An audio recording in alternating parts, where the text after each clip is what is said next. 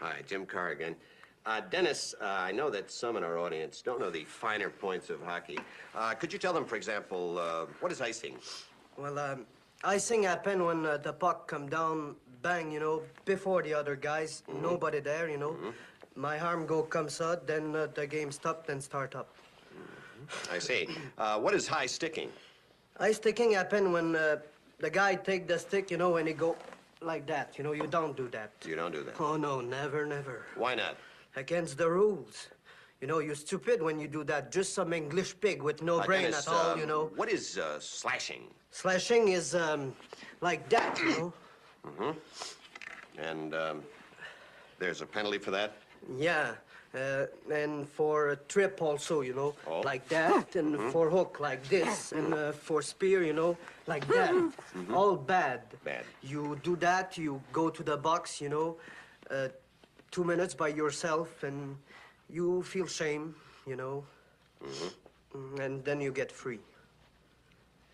The Chiefs are at home tonight against Sport at the War Memorial at 8. Good seats are still available. A look at fourth. I think that went very well.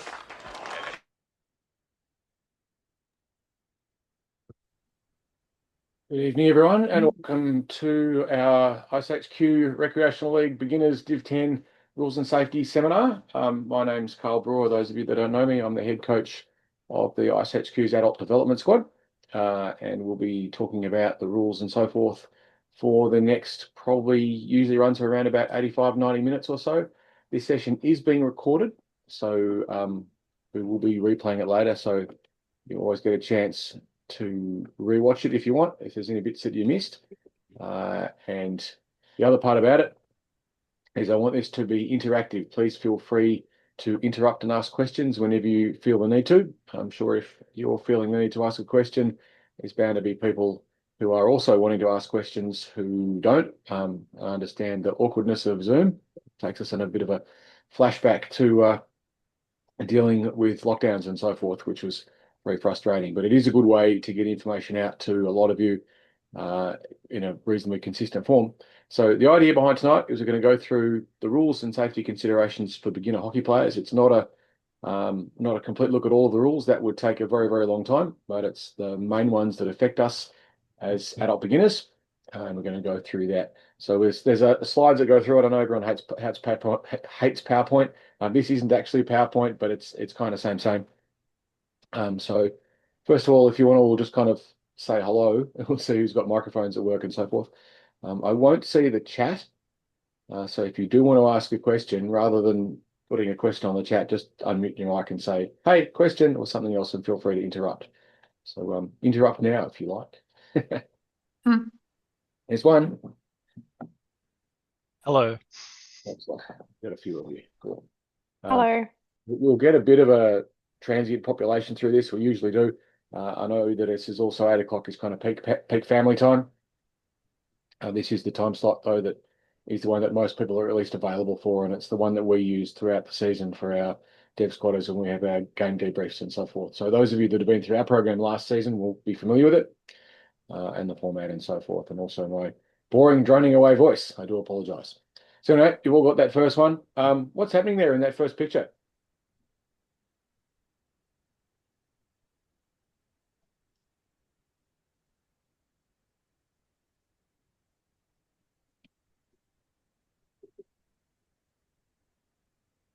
No ideas? Contact? Yeah, absolutely. Contact. What do we know about ice hockey? You can make contact?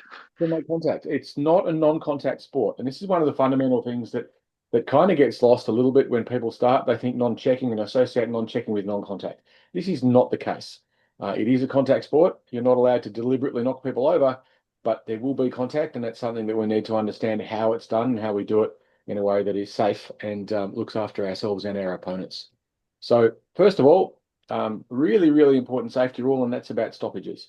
When the referee blows the whistle, you stop.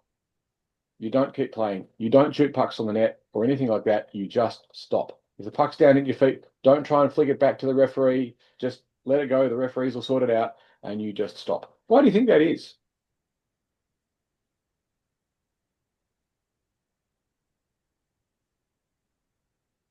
For safety reasons. Yeah, safety. Safety's a big word, though. Elaborate. What do you mean by safety? No one gets injured. Go on. Why would someone get injured?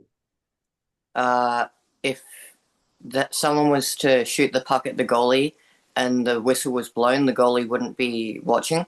Yeah, someone's not paying attention, they get hit by the puck. What else? In particular, when we talk about goalies, a very common situation is a goalie's made a save and is kind of lying on top of the puck and the whistle blows. So is it important that the game stops at that point, or what else might happen? Someone can. Well, so basically, a goalie is not in a safe position. Then they're not. How to say it in English? They're not in balanced. So basically, they can be easily injured.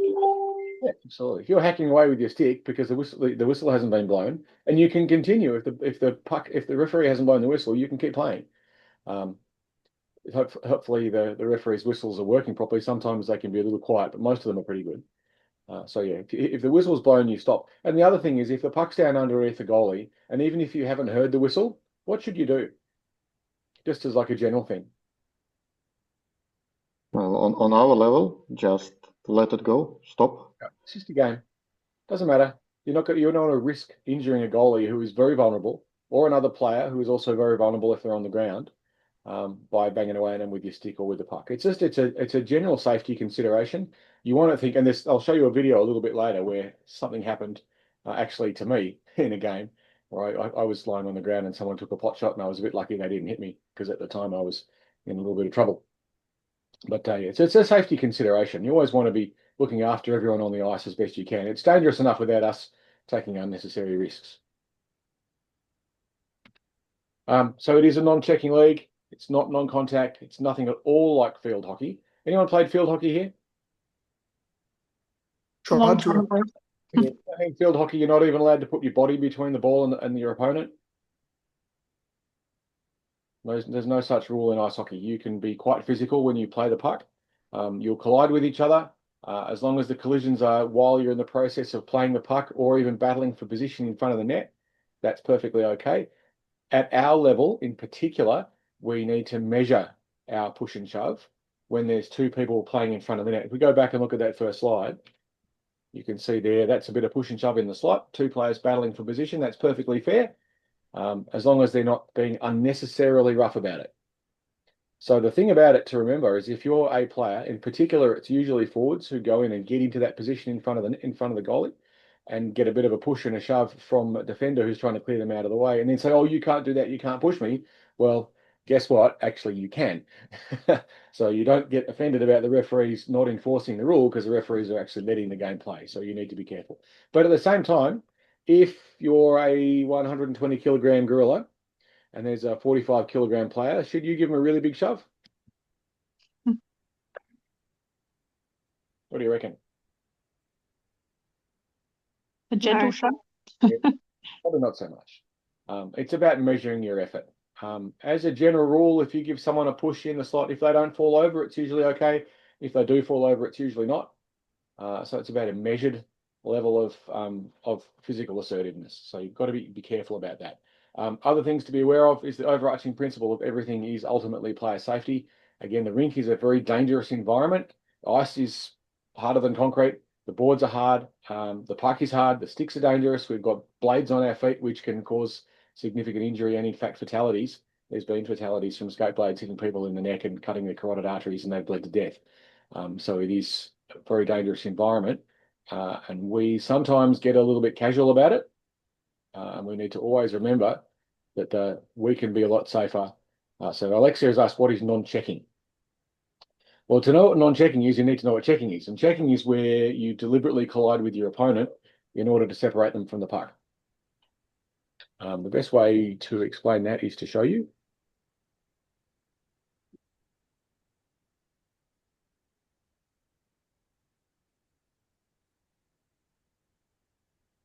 So I'll just show you an example here. It's going to take a little while I queue up videos. I've been doing this for years, but I'm still a little bit slow with sharing stuff on Zoom, especially when the sharing thing sometimes seems to disappear a little bit. There it is. All right, so this is a close-up of what is a check.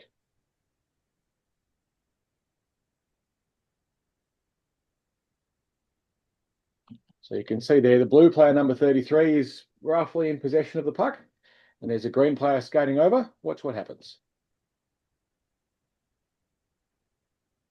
All right. The green player, that's Ash. I've forgotten her surname. I should know. She'll bark at me. That's her not contesting the puck, but playing the player as a priority. So that's a check.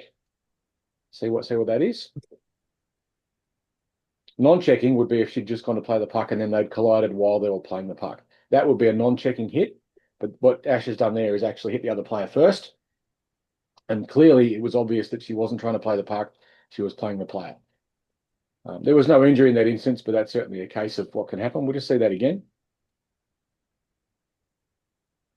Luke San Giorgio, I think it is, who's now playing, I think, Div 4. Anyway, Ash goes, crunch. Sorry, wasn't even trying to play the puck. That's a check. 2 minutes, feel shame in the box. Let's get back to that on the page. I'll show you another example of it as well.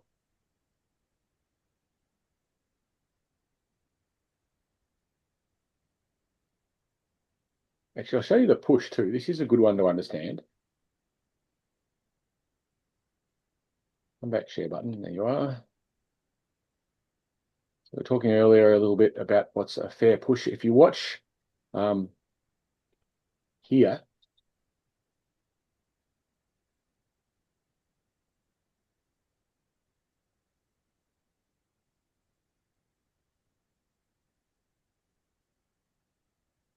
okay, so this is a fair push. What do you notice about it?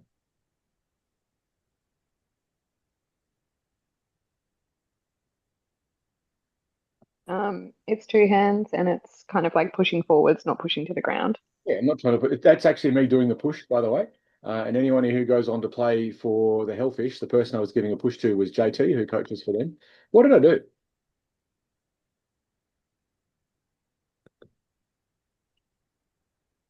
Let's watch it again.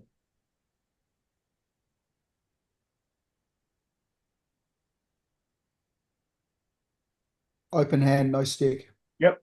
It's not a cross check. It's just a push on the hips. Did he fall over? No.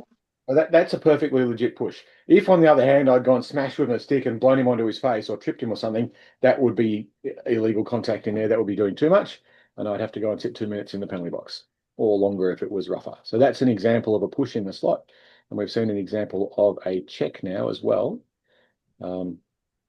which there's a couple of others.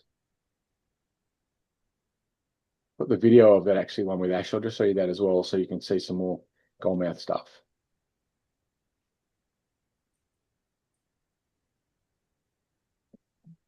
Sometimes the video is pixelated a little bit. I'm not quite sure exactly why it does it.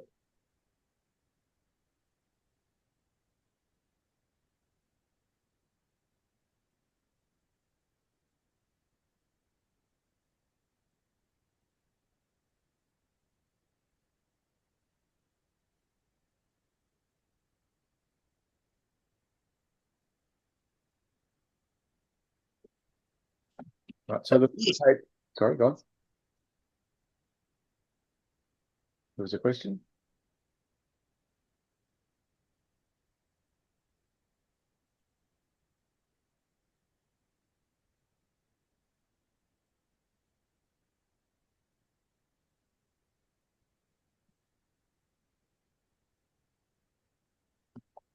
Right, so what did you see in that little bit of push and shove as well? We'll just get rid of that line, which is probably now more annoying than anything else.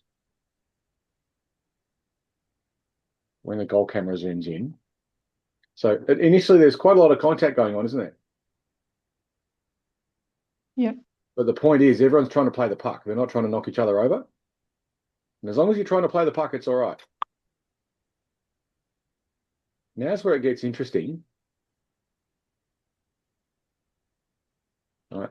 Because now what you have is two players battling for position right smack bang in front of the goal. And that's a classic situation you're going to get in games over and over and over and over again.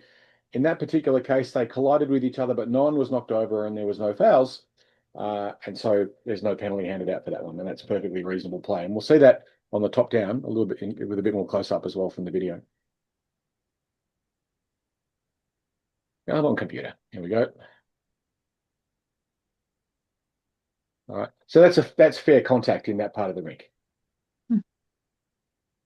If, on the other hand, actually being knocked over, then that would be unfair, and you would have a 2-minute penalty on that one. All right, where were we? That one. Okay. Other part about it is those of you that are new to the league, it's not the NHL.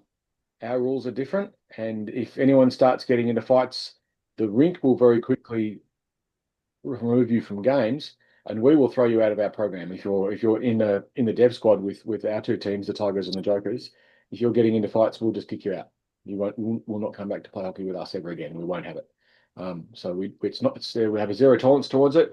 It's not our game. It's not what we do. It's a fair sport, and we look after each other. And if someone wrongs you, they almost definitely didn't mean it. And then if it escalates, then it's on both participants to de-escalate straight away. And if de-escalation does not occur, then we will remove you from our program. We have zero tolerance. So that's everyone in the Jokers and the Tigers. What the Griffins do and what the Southern Lights do, I'm sure is fairly similar. But certainly with us, we have a zero tolerance towards fighting, or basically any disrespect towards our opponents or our teammates. And we'll just say, no, you're out. We'll refund your money, go away, go do something else. We don't want it in our game, and we don't want it in our culture. Right. So what's a recreational league? This used to be a page about what was the beer league, because in the old days it was called beer league. Up until last season, it was called beer league. And the way it used to work is at the end of every game, except for the last game of the night, there was free drinks upstairs in the bar. You get one free drink. They've changed that now. There is now no longer free drinks, so we don't have to warn you about don't go up there and help yourself. Because sometimes people would. They think, well, I'm entitled to a beer because it's the beer league. And we had occasionally, like, people would help themselves over the bar or grab drinks for free, and you weren't supposed to do that, and that caused some issues. But now those drinks are gone. What they do now is they have a game of pool, which you're eligible to play in, and you can win a jug of beer or something or other if you win it, which I don't know that it's getting much traction at the moment. But we do encourage people as much as possible after the games to go up and socialise in the bar as much as possible. What we don't want is everyone going off into the car park and having a party out there. There's a pretty good reason for that. What do you think it might be? Neighborhood complaining. Yeah, our neighbours. We need to have a good relationship with our neighbours. We, as a rink, got big about 5 years ago. Prior to that, it wasn't particularly big. So not all of the neighbours, the old argument about if you move in next to an airport, what are you doing complaining about airplanes being noisy? And it's the same thing with sporting venues. But in our case, the rink's grown considerably in its usage, and the amount of time that it runs, the amount of noise that it makes, and the amount of people that loiter around the rink a lot before and after games. And so we have to be mindful of our relationship with our neighbours. If they complain too much to the council, we won't get our grandstand built, and we'll get more and more restrictions put on the use of the rink. We're already kind of pushing it a bit. The rink runs pretty much 6 o'clock in the morning through to midnight every day. So imagine if you'd been living there for 10 years and all of a sudden it's gone from fairly quiet to people partying on in the car park all night, beer cans everywhere, and just a general mess. So we need to be very mindful of that. And there's also liquor licensing rules. You're not allowed to drink. The car park is considered an extension of the rink from the point of view of the liquor license for the rink. So we need to be careful that people don't go out there and have a slab of beer and get stuck into the piss and making menaces of themselves. There is a bar and it's comfortable and warm and there's a good view of the rink. So if you do want to have a get together after the rink, we do strongly encourage that you go up into the bar. There is free water there, so you don't have to buy stuff. And that's certainly what we want to encourage you to do. Don't bring your own. It's against the rules of liquor license. Don't smuggle your own slabs into the change rooms. No bottles of vodka hidden in your drink bottles and those sorts of things, please. It's all grim, isn't it? Right. This is the contact rule. If you want to look it up, and it's probably not a bad idea to do so, although it's kind of legalese. The rule that we play under is the International Ice Hockey Federation Rule 101.1, which it's the women's hockey rule. Now, women's hockey's pretty rough. I don't know if you watched the games over the weekend between the Ducks and the Perth Inferno. It got pretty feisty on Saturday, and a few people did a fair few minutes in the penalty box. But it's a contact sport, but not a checking sport, and that's the difference. So you're not allowed to do what's called a body check. And you can read that. I don't want to read that to you. You can look it up. You can download the rule book and have a read through it. Some parts are quite entertaining. There's some weird fouls in there. But it's not a bad idea to have a bit of a read through it and see what is defined as an illegal hit. But essentially, it's not the NHL. It's the women's rule, which is the one that we play under. Now, you can make arguments about why can't women play the same rules as men at elite level, and I would agree with you. But this is the rules that that it's done at elite level for female hockey, and they're the rules that we play under.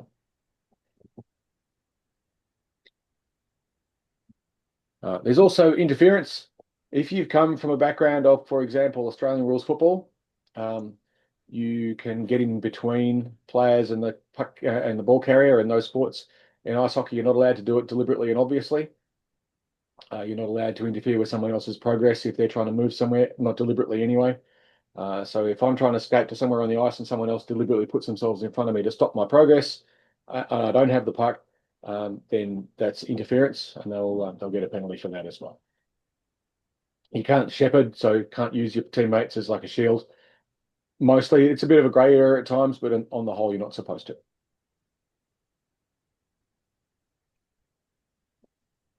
All right, equipment. Here's one that'll take you by surprise.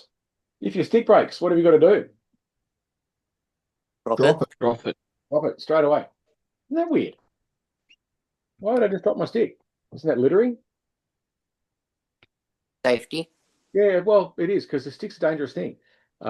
And in particular, a broken stick is a very dangerous thing. So the rule is, if you break your stick, you just drop it. You can continue to play without a stick. It's usually not a great idea, but you can. But if you're stuck in defence, say for example, you're in a penalty kill or something like that, and your stick breaks, then you just drop it. You can continue to play. You can still use your body. You can still use your hands to push an opponent around, that sort of thing. You can kick the puck. In defence, you can catch it. As long as you, in fact, in defence, you can catch it and throw it. In attack or in the neutral zone, you can catch it and you have to drop it immediately. In defence, you can catch it and throw it, and you can actually do a hand pass. It's very rare for that to work well, but you can do it. So you're not useless without a stick. And in particular, in a penalty kill situation, just being a body in the way is often useful enough. I'll show you an example of that. This is from a Pacific game a few years ago between the men's Ducks team when there was one.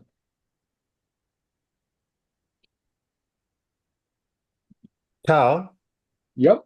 what about when they call like a glove hand pass? Yep. That's like in the offensive zone, isn't it? That they So the rule that Trevor's asking about is I can, in the defensive zone, so my third of the rink behind the blue line, between the blue line and my goal, I can catch the pass as a defensive player and I can throw it to one of my teammates, and that's perfectly okay. On the other hand, if I'm outside of my defensive zone, so if I've crossed the blue line into the neutral zone or in the attacking zone, if I catch the puck and it goes down onto the ice, I must be the next player to play it for my own team, unless an opposition plays it. Otherwise, it's called a hand pass, and that will be brought back. It's not a penalty, but you'll be brought back for a face-off that was closest to where it happened. So you can hand pass, you can throw the pass to your teammates in defence, but not anywhere else. So, yeah, it helps you to relieve some pressure. Let's have a look at this one. This is an example of a stick break. Oops.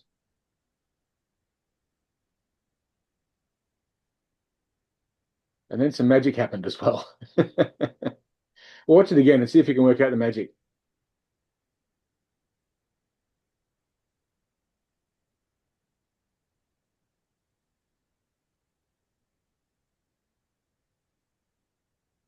Someone has passed him another stick. See the stick break there? Mm-hmm. Bit of the stick goes flying off into the air. It's like, oops, that's Michael McMahon. Some of you might know him. He's currently playing for the Melbourne Ice. He used to play for the Mustangs, and he obviously, in this instance, played for the Ducks as well. He's a bit of a legend around iceHQ and in ice hockey in Victoria. And that was him playing in the Ducks game, and he's broken a stick. So immediately he just drops the other one and starts to skate back. But he's still in the game. And as he skated past the bench, someone handed a stick to him and he grabbed one and integrated himself straight back into the game and denied the coast player there an opportunity to score a goal in doing so. So yeah, if you break a stick, drop it. kind of weird, but that's the rule. Yes.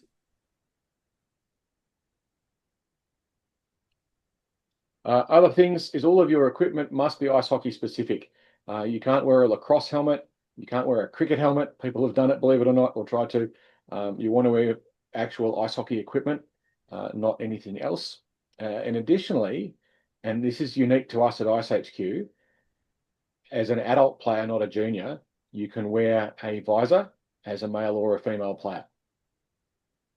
In almost every other competition, including pretty much everything that's IHV, so Ice Hockey Victoria or any other organisation, generally the rule is that women must wear full face, full cages or full goldfish bowl style helmets, and men are allowed to wear visors. At iceHQ, we say if you're silly enough to wear a visor, that's on you. You can do it, regardless of your orientation and so forth. So we recommend very, very strongly for beginner players that you wear a full face cage. Again, regardless. Why do you think that might be? Sticks flying around. Yep. Most of you have no idea what you're doing with your sticks. Just because you're overwhelmed by everything that's going on in the environment, you're waving your stick around, whack someone in the face. Not a great idea to not have a full face cage on. As you go up through the grades, people start to get a little bit more aware of what's going on. But certainly in beginner grades, a full cage is very, very strongly recommended. It's not compulsory, but it's the closest thing we can make it to compulsory, which is just please do it. Yeah. Getting your jaw rearranged by a stick is not a good day, or being hit by a puck or something like that also is a painful and expensive experience. If you are going to use a visor, please wear a mouth guard as well. Not like Hayden Dawes there in that photo where he's got a hanging half out of his mouth. That's not doing anything useful. We've also seen Matthew Tkachuk in the NHL with that mouth guard dangling out of his mouth all the time. It's why even bother, But you've got one. The other one is neck guards. A couple of years ago, a couple of seasons ago, they were made compulsory. So you must have a neck guard.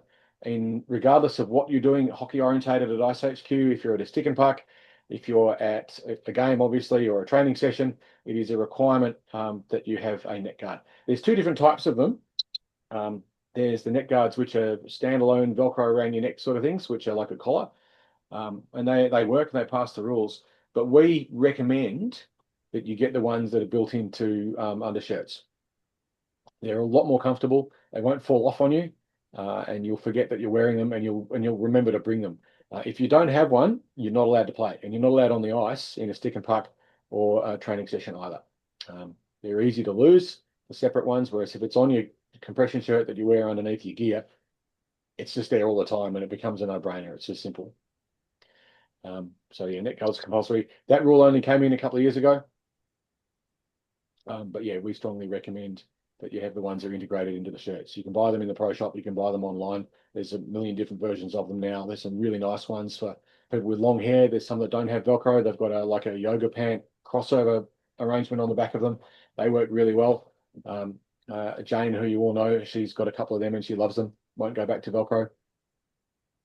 You just forget that you've got them and they become easy.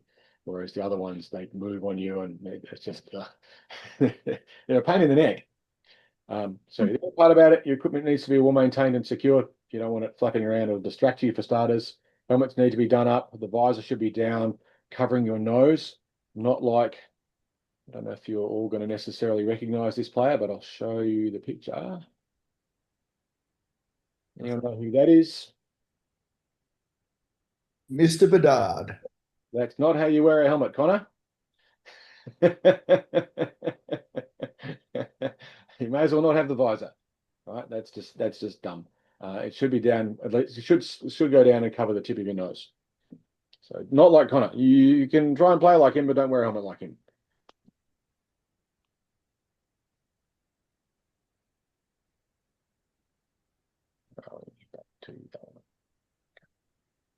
How are we doing so far? Any show-stopping questions? Where's my squirrels, isn't it? Here we go, squirrels. Okay. Other things are important. We're talking about helmets. High sticking is an important one to be aware of. Keep your stick down on the ice because it's dangerous. If you go waving around in the air, you are going to clock someone with it, and you will at the very least get a penalty. But it can be a lot more, a lot worse than just a penalty. You can knock people's teeth out, break their jaws, and that sort of stuff. So keep your stick down on the ice, not like you can see there in that picture. Although in that instance, it's probably a little bit of a deceptive angle. Here's an incident which happened in a game a couple of years ago. I'll show you the video of that. And it's innocuous. It's an accidental high stick, but you can see how easily it can happen.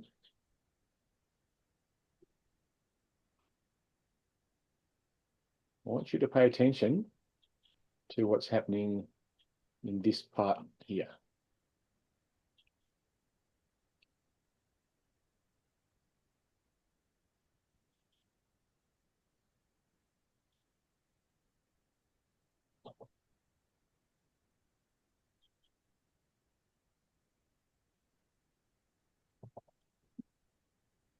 Off we go for 2 minutes in the box. Let's watch it again.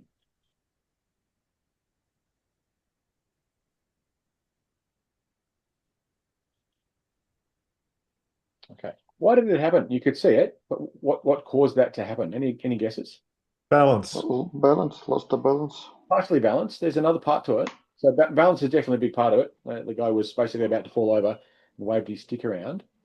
He was skating forward with his stick waving around, and So, and not knowing that someone was behind him. Yep. yeah, two hands on the stick. We have a name for that. It's called pitchforking. I'll show you another video of it in slow motion, so you kind of see why. A lot of people are told by well-meaning but honestly mistaken coaches that you should always have two hands on the stick, and nothing could be further from the truth. And that's it. It results in a thing called pitchforking, and I'll show you that. Exact pitchforking video. Here it is, and here's a slow motion of it.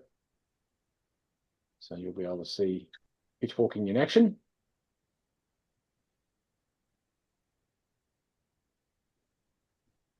See that? What's the stick doing? Raven high. Yep. The better thing to do in that circumstance is to have one hand on the stick and the stick down on the ice, not waving around in the air. It's just as a general habit, you want to have your stick on the ice as much as you possibly can, and you certainly don't want to be shoving it around back and behind you. Now, the angle on this is a little deceptive, but you can see here how close that stick gets to number 26's face. Right? It's not far away from it at all. And in the other video, you could actually see that Lisa Mack was hit by the other player in the helmet by the stick when it was waving around, doing exactly that. So we want to avoid it. We want to not high stick if we can do it. So keep your stick blade on the ice. The easiest way to do it is one hand on the stick when you're skating, two hands when you're battling is a way to think about it. You don't need two hands on the stick all of the time. In fact, if you watch the vast majority of elite players, they don't. And there's a good reason for it. It's faster, and their stick's on the ice, so they're an active target. Keep your stick on the ice. Got me, Thatch? Are you listening? Hey, good lad. Yes, I've got you. Well, there'll be snacks. Keep your stick on the ice. What are we up to? Tripping. If your stick causes an opponent to lose their footage, regardless of whether it was intentional, if your stick gets tangled down in someone else's feet and they fall over, you will do 2 minutes for a trip. It happens sometimes. It's inadvertent. You might not necessarily mean it. The more involved you are in the game, the more likely you are to get a tripping penalty. If someone trips you again at this level, don't get all cranky about it. I can pretty much guarantee they didn't mean it.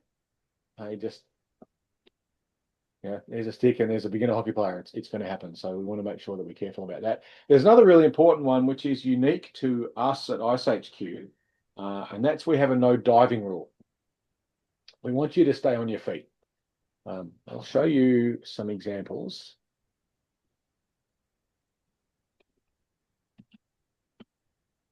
Hopefully you can work out why we have this particular rule.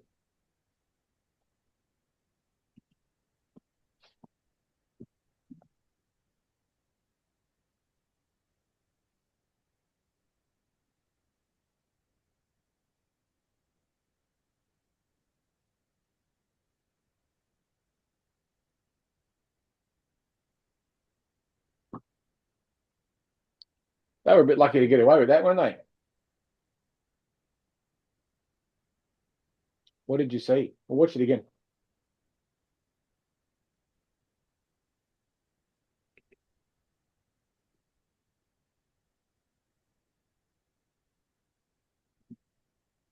You got two players skating as fast as they possibly can towards the goalie. One of them dives, knocks the other one off their feet, and they're both going head first towards the boards. Is that dangerous? Yeah. Yes. Yeah. So we banned that. You're not allowed to deliberately leave your feet because it's just so dangerous. It's incredibly dangerous. Some more examples of it in action.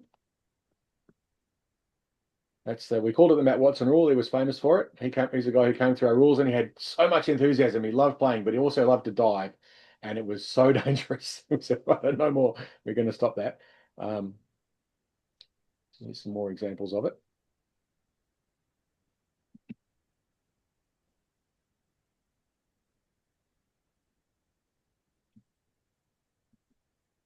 Come on, play please. Right.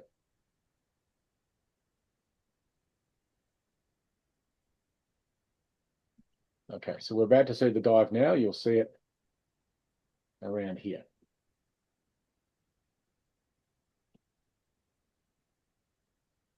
Right. Same player, by the way. Watson again. So we named the rule after him. Diving to try and take the puck away. In that case, he got away with it. No one was forced to lose their feet except for him. But that would be an example of losing your feet and deliberately diving.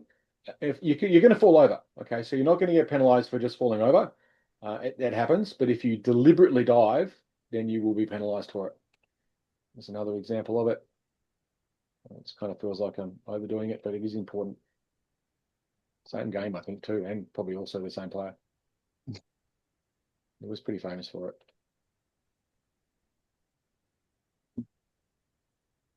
Actually, no, this isn't a different one.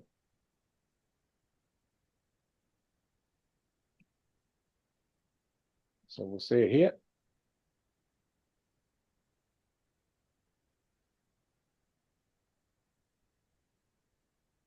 Okay, it's a clear dive, and we banned that from the game. So you can't do that in Div 9 and Div 10. Up higher grades you can, but for our beginner players, we just don't want you doing it. We consider it to be an unacceptable safety risk. We're trying to protect you from yourselves to an extent we can. So that's just something to be mindful of. There's a diving rule, so don't go deliberately losing your feet or again smacks. That's the one. Some other ones, too many players. This is an interesting one because if you haven't played before, one of the unique things about ice hockey is the speed in which you make changes during the game. It's very fast, and you can have commotion around the bench. The rule is that you're not allowed to have more than 5 players participating in the game, plus the goalie. So if you are within 1.5 meters, if you're skating over towards the bench to get a change, and you're within 1.5 meters of the bench and committed to the change, your replacing teammate can be getting onto the ice at that time. If you're further away, you'll be done for too many players. And if you're in the process of playing the puck, of making the change, and you play the puck, then you'll get penalised for too many players on the ice as well. And sometimes the referees can be a bit strange about that because they don't all necessarily understand the rules. And it's a bit of a subtle one. But if you're skating over to get a change and the puck hits you, and you make no attempt, and you make it very clear that you're having no attempt whatsoever to play it, you're in the process of changing. Even if it hits you, you shouldn't be penalised for too many players. Shouldn't. It will occasionally happen because the referees will think that you were or maybe misunderstand the rule, but you are allowed to change. And in the process of changing, the puck comes up past you. So the key thing there, if you're getting a change, is don't play the puck. Once you're committed to the change, you're getting off the ice. Don't ignore the game, just get off. Even if it hits you in the feet, just get off the ice, just ignore it. Otherwise, you'll get done for too many players and someone's going to spend 2 minutes in the naughty box. Another really important one is bad sportsmanship. We want to make sure that no one escalates anything to conflict before, during, and after games. Stuff will happen during games. People will run into each other. People will trip each other up. People will hit each other in the head with sticks. You almost certainly don't mean it. And even if you do, don't escalate it. Even if someone deliberately gives you a whack, don't escalate it. Let the referees and the organisation sort it out. We've got video. We can go back and look at it. Team managers can see the videos of the games. All of the games are video recorded, so we know what happens. If something untoward happens, let the league sort it out. Don't try and sort it out yourself. Additionally, in our program, we have zero tolerance to abuse or any sort of tantrumy antics. So if you get a bit frustrated and start banging your stick around all over the place, we'll remove you from our program. You'll get one warning. And then it's like, no, sorry, we don't want that. We don't want that in our organisation. We won't tolerate it. So if you need to have a bit of a vent, a bit of fatani, go off somewhere quiet after the game and do it by yourself, but certainly not during a game. Don't yell at your teammates. Don't yell at your opponents. Don't yell at the referees. Don't yell at the crowd. Generally be nice.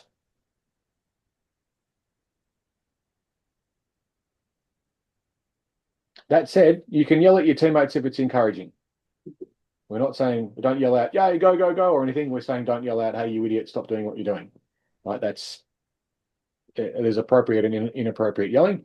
It's a loud sport, and it's okay to be loud, but it has to be encouraging and supportive stuff. How are we doing? Oh, now the fun ones. Offside.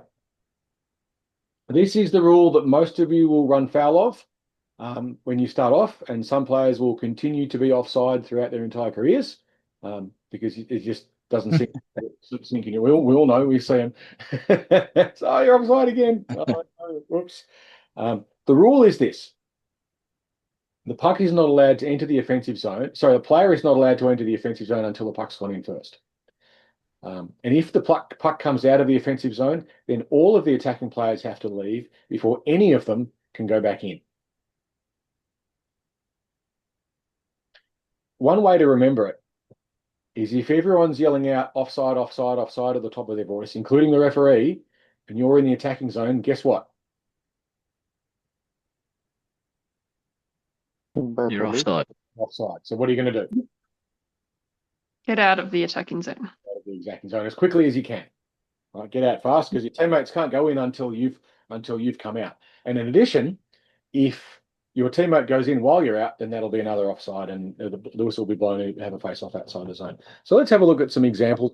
It's the rule that confuses everyone the most in hockey when they're starting out, and is probably the most frustrating one. It's a relatively minor thing. It's not really a big deal, but it stops the play, and it can be very frustrating. So let's have a look at some examples of it. Probably the best one here is I've got one from a power play. There's a few less players on the ice, so it's easier to see.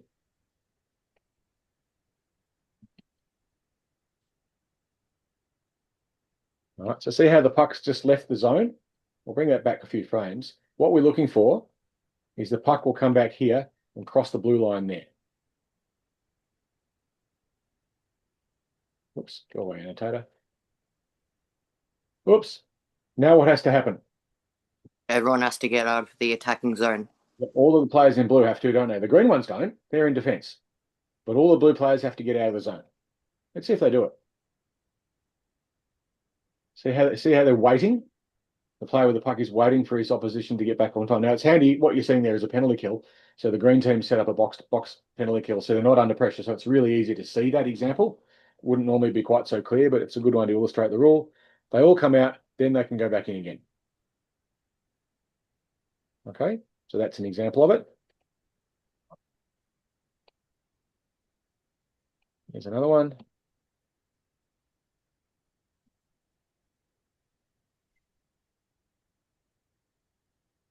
See if we can work out what happens in this.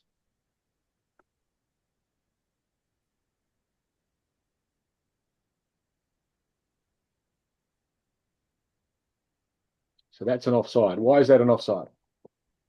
What you need to watch is what happens up. Whoops, come back here, annotator. I wanted to see you. You want to watch what happens up here in this corner of the room and what happens with this player.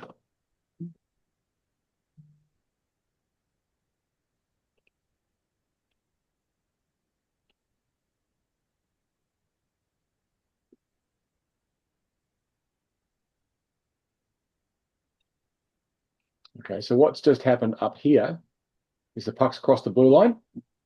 So all of the green players are now offside. In particular, that one and that one. They're offside. They've got to leave the zone because the puck's come out. Let's see what happens. Oh, someone's totally oblivious. Oh, we're offside. Oh, and he waves his hand. Yeah, it was too. Keep your sense of humor. You're going to make the mistake and you're going to learn from it. The other thing to be mindful of is when that happens, just watch what happens with the referee here. Okay, I'll just get rid of all those other lines so they're not so distracting. But watch what this referee does.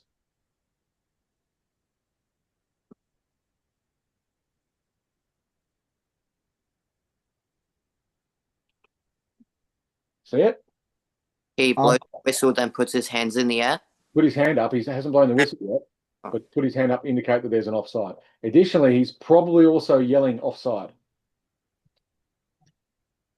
Now, unfortunately, for this player, that's behind him. And he doesn't have eyes in the back of his head and he can't see it. Additionally, the referee is probably not loud enough to get through the noise in your helmet. And that guy was also unfamiliar with the rule. Again, it's early day beginners, distracted by the game, not aware of his offside. The green team brought the puck back in, and so the game was stopped as the game was blown up as an offside.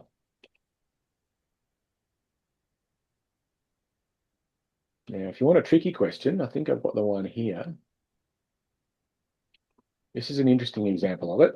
This is from an NHL game a couple of years ago. The NHL offside rule is the same as ours. They copied us. Let's watch what happens here. All right. So New York have played the puck out of the zone, yeah? Puck's across the blue line. It's now on the stick of this player here. And there's two Bruins who are offside. Can all see that? Yeah. Now watch what happens. Shouldn't they be offside? Nah. Why not? Because the defensive team brought it back into their own zone. The other team brought it back in, which wiped the offside. So otherwise, all of the Bruins would have had to come out. But because the New York player played it back into his defensive zone, that wipes the offside, and now all of the attacking players are back on side again. It's a little bit of a subtle rule. You won't see it done very often, but it's useful to know about it, because if it does happen, you're in deep, you don't have to clear the zone because they brought it back, which also tells you something about it being a player involved in breaking the puck out. What shouldn't you do? Bring it back over. Yeah, don't cross it back over the blue line. So, look what happens. Don't do that. Anyway, so yeah, just things to be mindful of in terms of general game sense, as you can see the consequences of that. And as a result, now the Bruins have got a 3-on-2, and I think they scored a goal from it. What did I do that for? Oh, it's decision making under pressure, and that's what makes sport interesting. There was a really great example of that the other day with the Islanders, and I think it might have been the Bruins as well, where he tore his ACL and still managed to pass it off for a goal. Yeah, it was an interesting one for sure. All right, so the idea is it's designed to stop you from having players that are cherry picking, so just sitting in front. It's very common.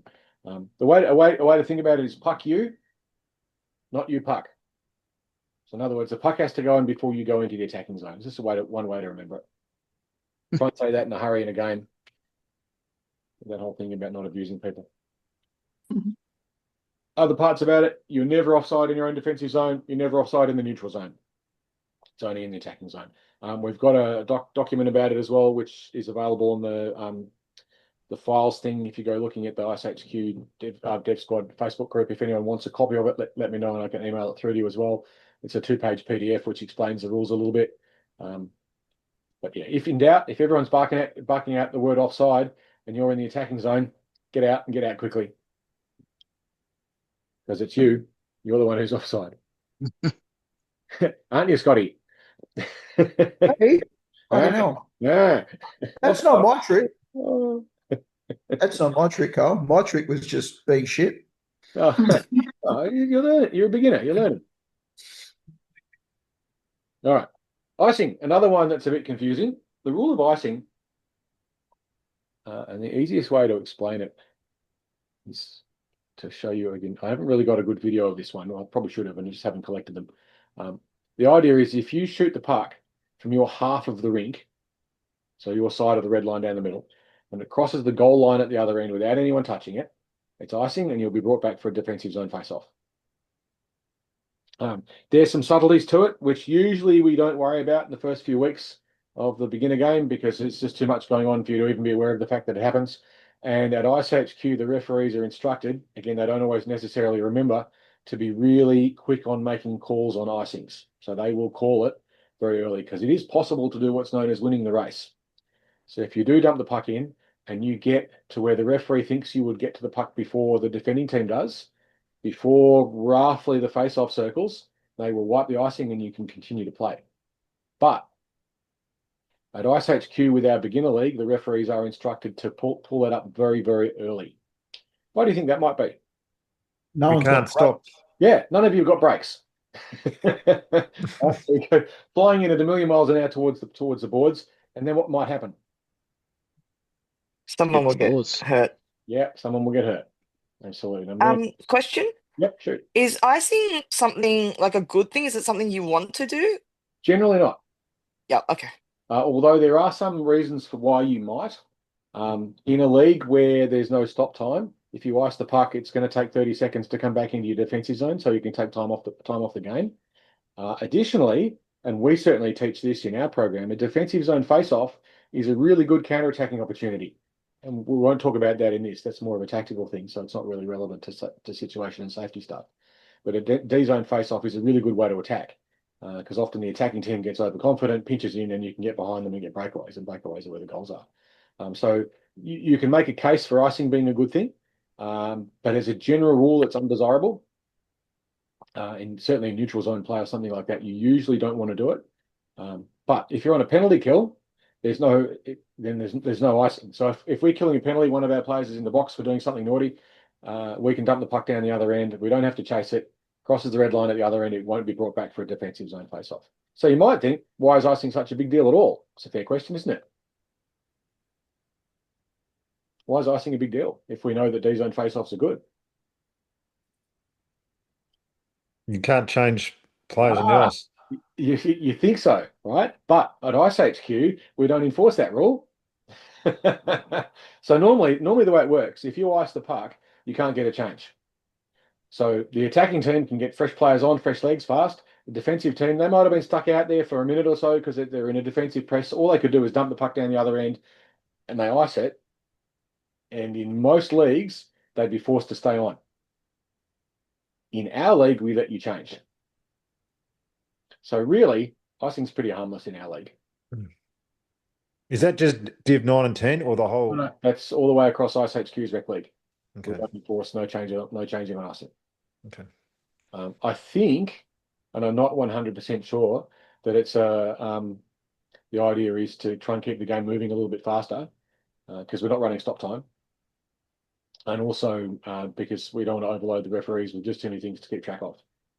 Because it just adds more to their workload. If there's 3 refs or 4 refs, like in elite level games, it's a lot easier because there's a ref who can actually stand there and watch you doing it. But if there's just the 2 refs or sometimes just the 1, they can't enforce it. So it gets really inconsistent. And when things get inconsistent, people get cranky and understandably so. It's like, well, they've just been doing it. Why can't we?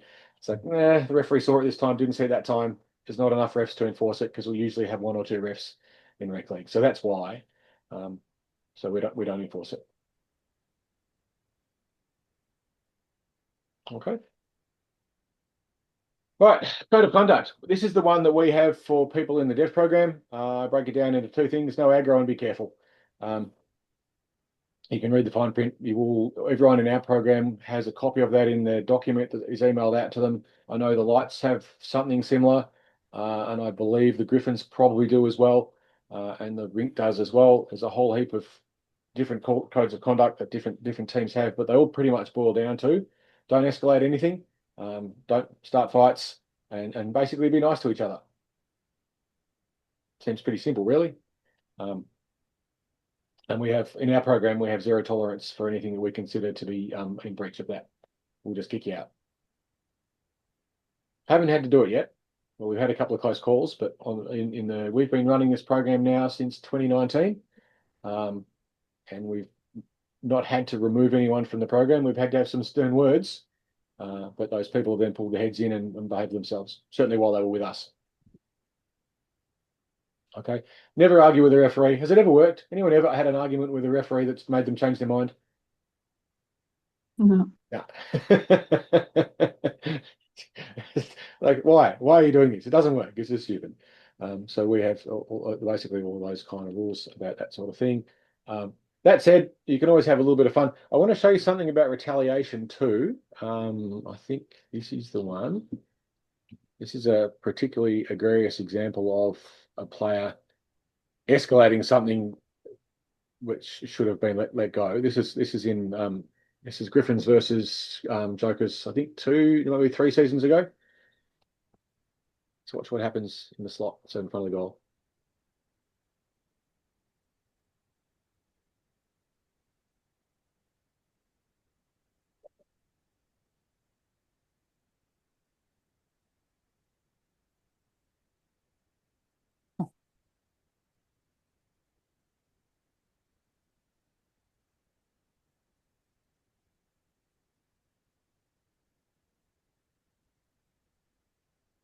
So what happened? Well, he hit the wrong player. It's probably the other thing. That's the ironic part of it, isn't it? It's not even the right player. It's been tripped. He's got up. He's taken a swing at the wrong dude. Yeah. Completely accidental. That was totally unintentional. It was just a player who's leaning on their stick because they can't skate very well. Got tangled up under his feet, knocked him over, and he's turned around and slashed someone else. No. So was that 4-on-4 in the end? No, it was an inadvertent trip, and I think the slash was kind of. I don't think so. You can make a case that it could have been. It was so far behind the play. I think the refs didn't even notice it. Yeah.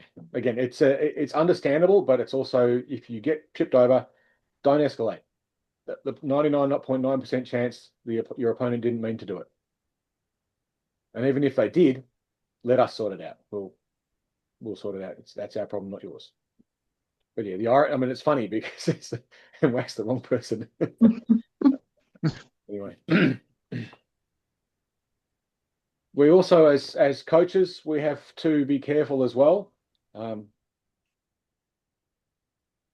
got to be very careful as like coaches and management. We need to set a good example to you all and try and lead by example as much as possible. So there's a example of some NHL guys who are going to perhaps be a little bit untoward.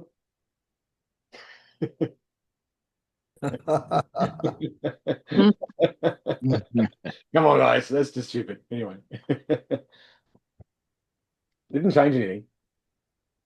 It never does. And there's one other one that's quite funny. I think I've got it here.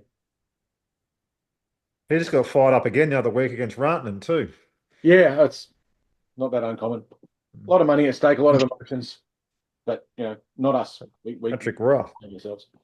So I've got loads of videos of that sort of stuff, but we really don't need to go into much detail of it. There's penalties for roughing, which is where you have a bit of push and shove, and then obviously fighting. Fighting will get you ejected from a game at iceHQ and most likely suspended for a long time.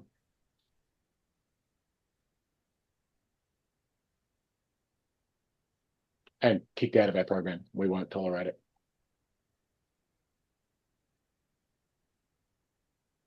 Yeah, we're doing 9 o'clock. You gods.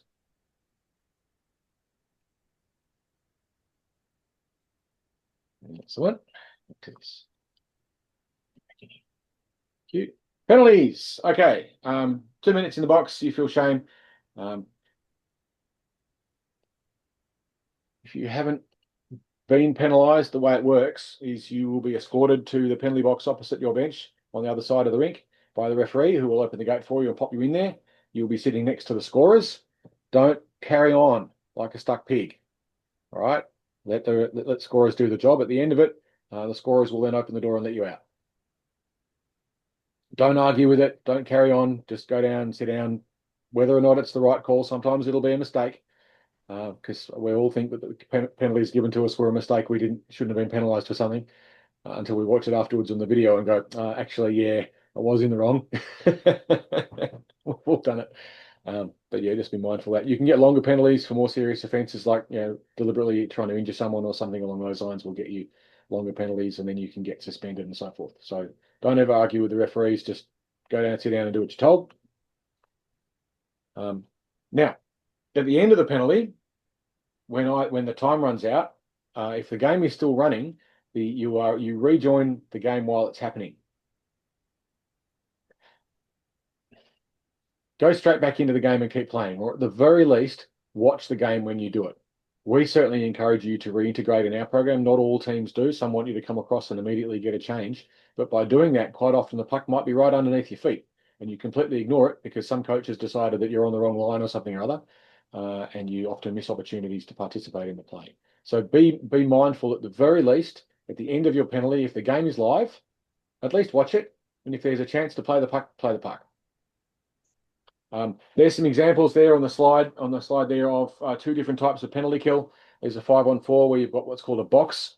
The one over here on the left-hand side, you've got a box penalty kill. So you've got 1, 2, 3, 4 players making up a little square. It's called a box penalty kill. And on the other side, you've got 5-on-3 where you have what's called a triangle penalty kill. I'm not going to go into the details of that. That's up to your coaches.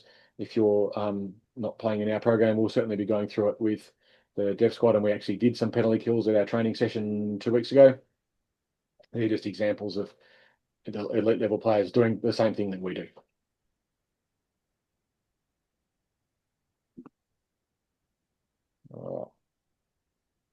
So just some really good reasons for why at the end of a penalty you should stay involved in the game. This is from the Women's Pro League a couple of years ago between the Snipers and the Inferno right towards the end of a game. I'm back here, sharing button. All right. Watch what happens here.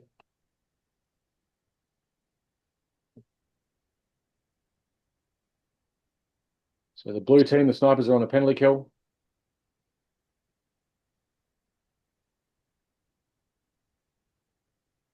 Player comes out of the box, steals the puck. Empty net goal. Okay. What's the lesson from that?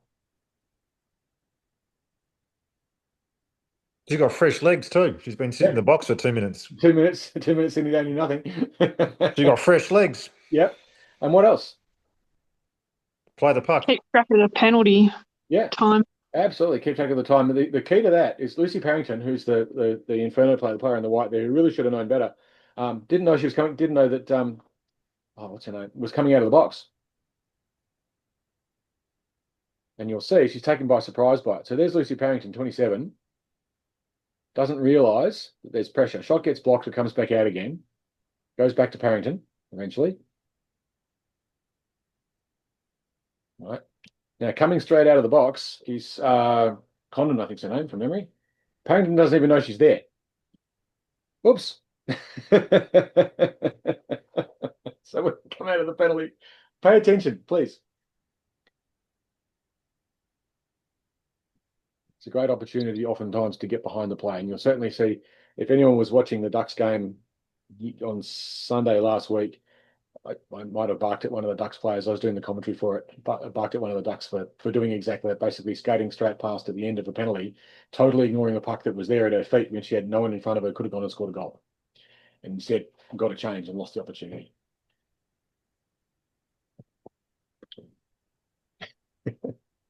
Watch the game.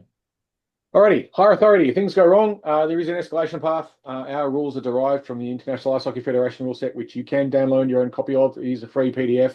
It's kind of dry, but some parts of it are quite amusing, especially all the weird and technical rules about fights, which don't apply to us anyway, because we don't allow fighting in our league, but just something to be mindful of. We have some variations, but it is worth having a read of that. There's a load of stuff in there about equipment and all sorts of other things as well, and the layout of the rinks and so forth. We have a tribunal, we do warnings, we have suspensions. So there is an escalation path. And if you feel that something happened in a game that was missed by the referees, let myself or Phineas know about it, coaches in our program, or let your coaches know if you're coming from from another team. Speak to your coaches and team managers about it. There is an escalation path where we can speak to the league through the rink manager. We go and talk to Ryan Hines, and they will investigate it on the video and see if it was something that needs further action to be taken. Do not take the law into your own hands. You are not vigilantes, so let us sort it out. But let us know as well if there's something that you need sorted out, and we'll do our best to find out what happened as best as possible. Alrighty, now the fun part.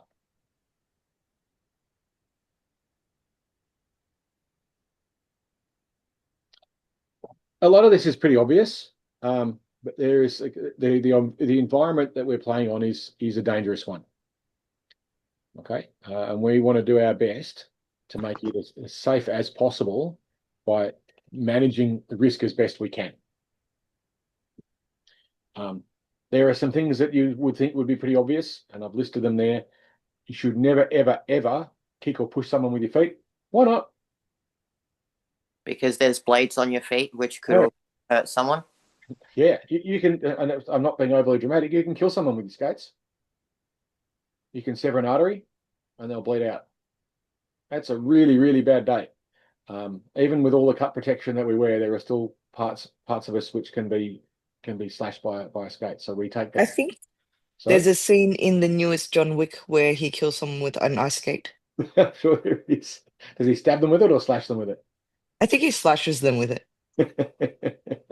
So it's something to be mindful of. We take that very, very, very seriously, and we have to. It's an absolute no-no to use your feet. If someone sort of straggled across in front of you, don't kick out at them. There was a Brisbane versus Adelaide game last weekend up in Brisbane, I think. One of the girls there kicked at another one and got a 10-minute game misconduct for it. So straight out of the game. It wasn't even particularly intentional, but we do take it very, very, very seriously indeed. Same thing with your stick. Sticks are dangerous, much more dangerous than you think until you've actually been whacked by one, and then you'll know they are very dangerous. So we don't ever deliberately swing our stick at people. That said, every now and then you'll give someone a bit of a tap on their shin pads, but you wouldn't do it deliberately.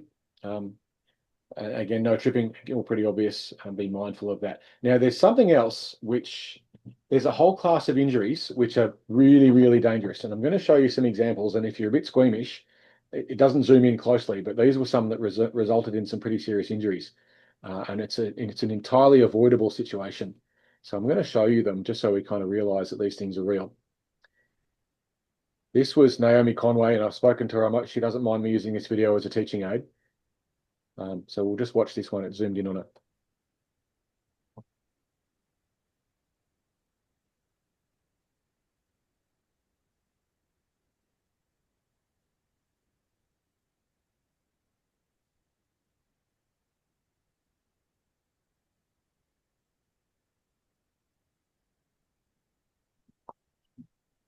Naomi spent the next 18 months recovering from 3 or 4 surgeries on that leg that had multiple breaks. Okay, and that is an entirely avoidable accident. It didn't have to happen. There are things that will just happen through bad luck. That was not bad luck. That was a very bad judgment on the part of the player who hit her from behind and knocked her feet out from underneath it. Okay. How do we avoid that? Back off. Yeah, back off. It's just a game of hockey. Doesn't matter that much. All right.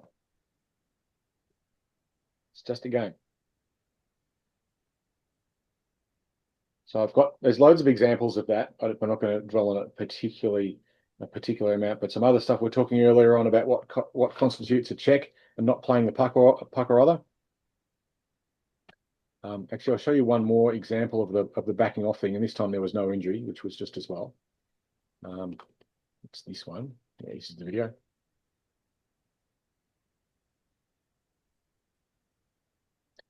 And back zoom, where have you gone?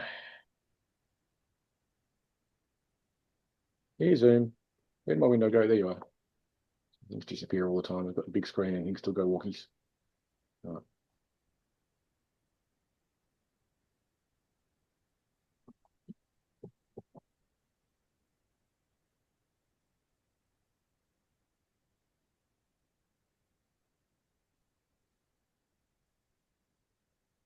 Oh, boards, feet first into the boards. They were lucky there. Again, same thing. If you're chasing someone from behind towards the boards, what should you do? Back off. Yeah, just back off a bit. It doesn't matter that much, okay? Just look after your opponents. In that instant there, right behind someone, that's the most dangerous place on the rink, is about 3 meters away from the boards. You've got speed. You can't stop. No one at this level, none of you can skate terribly well. And like the risk that they got away with that in that instance, no one was hurt. But we've just seen an incident earlier where someone broke their leg. There was one last season where one of the Southern Lights players ended up with a compound fracture. And the frustrating part about it is a completely avoidable collision. It doesn't have to happen, right? You don't have to put yourself in that position where you risk someone else's safety. If you're chasing someone else towards the boards and you can see that they're a bit sketchy on their feet or whatever, give them room. It's just a game, right? Don't, I mean, you'd think it would be fairly sensible, but again, we get adrenaline, that sort of stuff, and we get kind of amped up and everyone trying to win games. But we have to remember that that is a completely avoidable situation, and really there's no excuse for it. We want to stamp it out of the game as much as possible. I know players don't mean to do it, but every coach should at the start of every game. I know I do, and Phineas will be, and everyone who comes to our program has it drummed into them at the start of every game. If someone's getting close to the boards, back off, give them room. We don't want that. Okay. Some other stuff to be mindful of. There are things to be careful of when we're talking about collisions and again, just being respectful and taking care of each other's safety.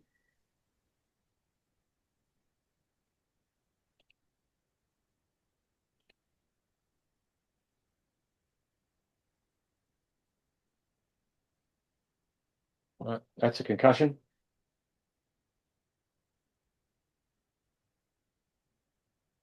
Now, in this particular case, there was no penalty for that because it wasn't actually an illegal play. They were both contesting the puck, but it was careless. So we want to just make sure that we're respectful towards each other, and we try not to, in that situation, if there's an opportunity to not run into someone, take the opportunity to not run into them rather than continue skating the line that you're skating.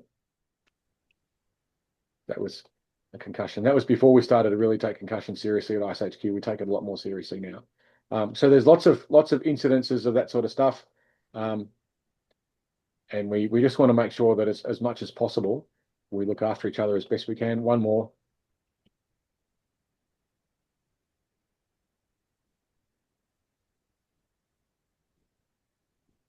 This is another similar sort of a situation. All right. That resulted in a broken arm. People do strange things when they're in a lot of pain. Right. Now, in this particular case, it wasn't really anyone's fault. That was just a collision, and Nikki fell over and whacked herself on the elbow. It's worth investing in the best elbow pads you can get because they will reduce the risk of that happening. But again, that was not really anyone's intent. That was just a bit of a shit happens sort of a situation, not so much avoidable. But yeah, we want to avoid that as much as we can. We don't want anyone getting hurt. We can't eliminate the risk completely, but if we skate with that in mind and we're just careful around our opponents and each other, we're less likely to have it happen. And there is that entire class of injuries which simply should never happen, and that's running into someone from behind near the boards. It just should not happen at all. And again, it's on us as coaches to make sure that you all have it just drummed into you. Give room, give room, give room. It's just a game.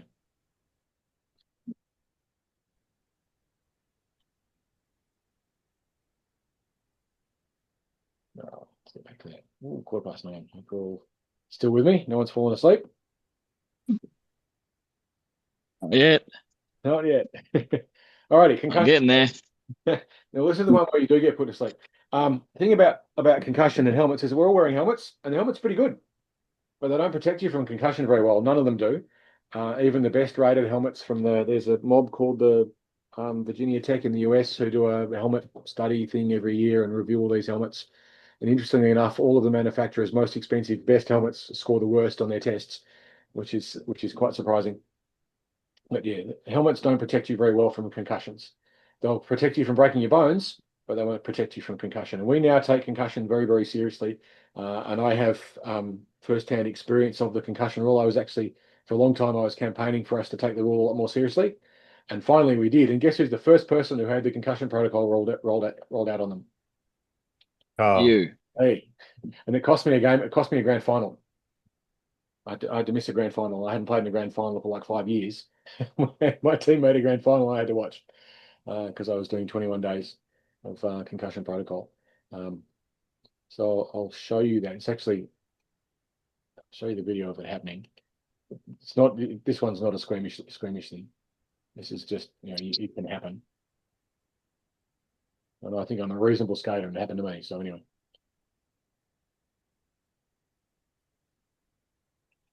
You see it where it's zoomed in at the top.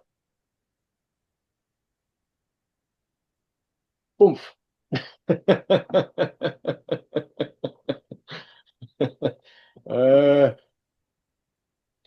Now, something to see what happened immediately after it. Anyone see it? Goalie landed on you. Well, I actually ran into the goalie, but but yeah. What else? The play continued. Yeah. And what else? What happened as part of the play? Tried to score a goal. Yeah. Watch this. I'm clearly, unwell. Gonna take a shot. Ah, no. Having watched it live, Carl was out for the count. You could have actually scored there, Carl, if it came off you. It would have been an own goal. We don't want that. But anyway, so that's a bona fide concussion. The way the rule works at iceHQ is if the referees or the scorers detect any signs of concussion, you will be assessed by the first aider at the rink, which is the ice tech. They will do a quick assessment on you. If they determine that you have any signs of concussion, you will have a form given to you, which you then have to take along to a doctor, a real one.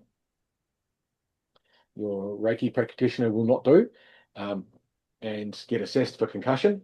And then 21 days later, get assessed again to make sure that you're clear before you can play again. So it's a minimum 21 days out. And as much as it's awkward and inconvenient, it's well overdue. We now take concussion a lot more seriously than we used to, which is a good thing. Certainly in the old days, you just kind of say, I'm all right, and shake it off. And now we know how dangerous CTE and all those other, and the effects it has on dementia and so forth. So those rules it's been now, fortunately, taken a lot more seriously. And I say that as someone who's first-hand experience of having to miss 21 days, including the entire finals campaign, which we won, and a grand final, which we won, that I had to watch. You've got to take this stuff seriously. How can we prevent concussions? We wear our gear. We look after each other. In that instance, I just blew an edge. I was trying to do a pivot turn at high speed and just flipped on my back and went head first onto the ice. Take it seriously. We certainly will. If we detect it, we'll be taking it seriously as well. And again, long overdue.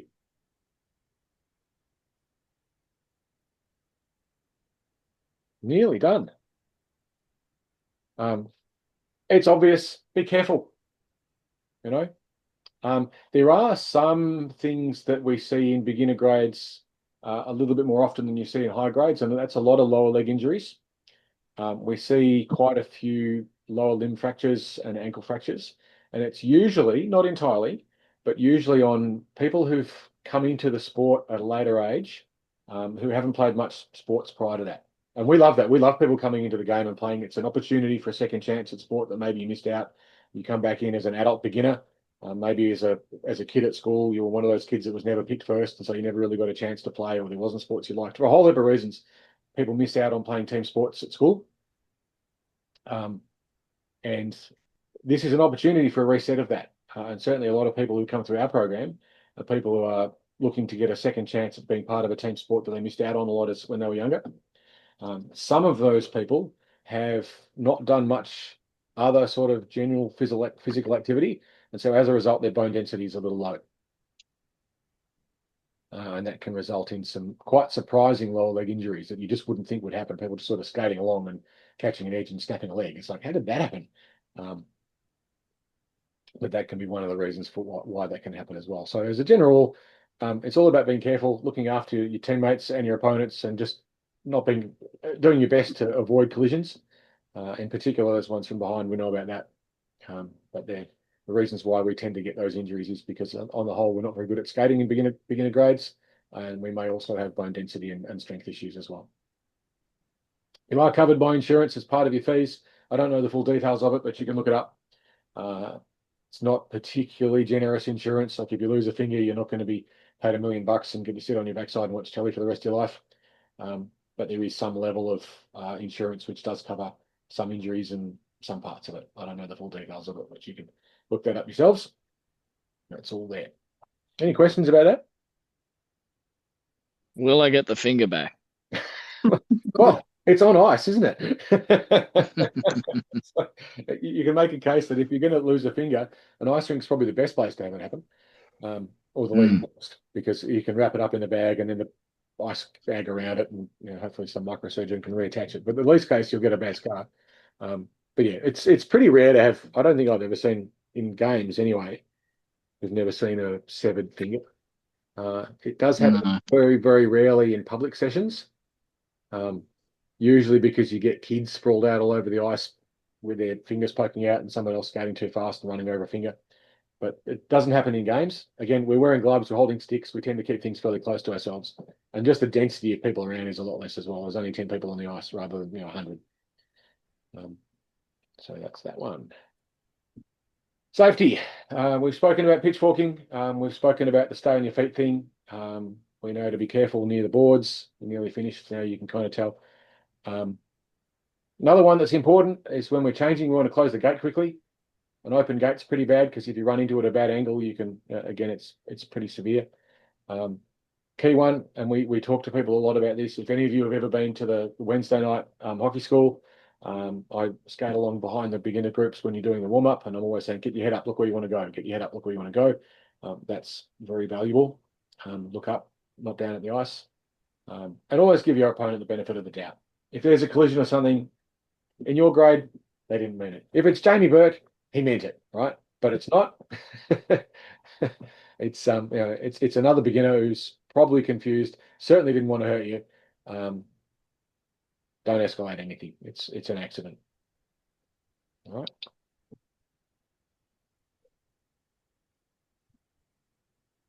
Div 10 rules, we know about that. There's another couple of Div 10 rules that you need to be mindful of. We already know about the stay on your feet rule. There's another one, no slap shots. You're not allowed to do slap shots until you're Div 8 or above.